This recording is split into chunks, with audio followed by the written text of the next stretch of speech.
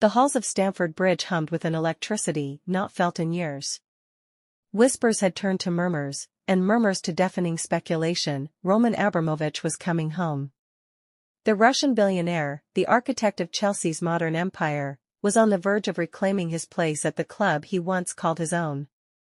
It had been nearly 3 years since Abramovich was forced to part ways with Chelsea, selling the club to Todd Boehly amid mounting political pressure. It was an unceremonious departure for a man who had poured his fortune, his passion, and his identity into the team. The blue of Chelsea was woven into the fabric of his being, and even from afar, he had never truly let go. Boehly had arrived with grand ambitions, promising evolution, promising stability. But under his leadership, Chelsea had stumbled, lost in a sea of managerial changes, erratic transfers, and a lack of direction.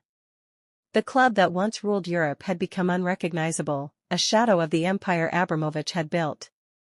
And so, when quiet negotiations began between the two men, it was not a clash of power but an understanding. Chelsea needed its former guardian. The deal was struck behind closed doors, away from the prying eyes of the media. A return not as sole proprietor, but as co-owner, a strategic move, a rekindling of an old flame rather than a full-fledged reclamation.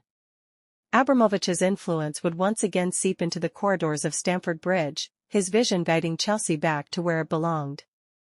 As the news broke, a wave of nostalgia and anticipation swept through the fanbase. For some, it was a homecoming, proof that Chelsea's lost identity could be restored.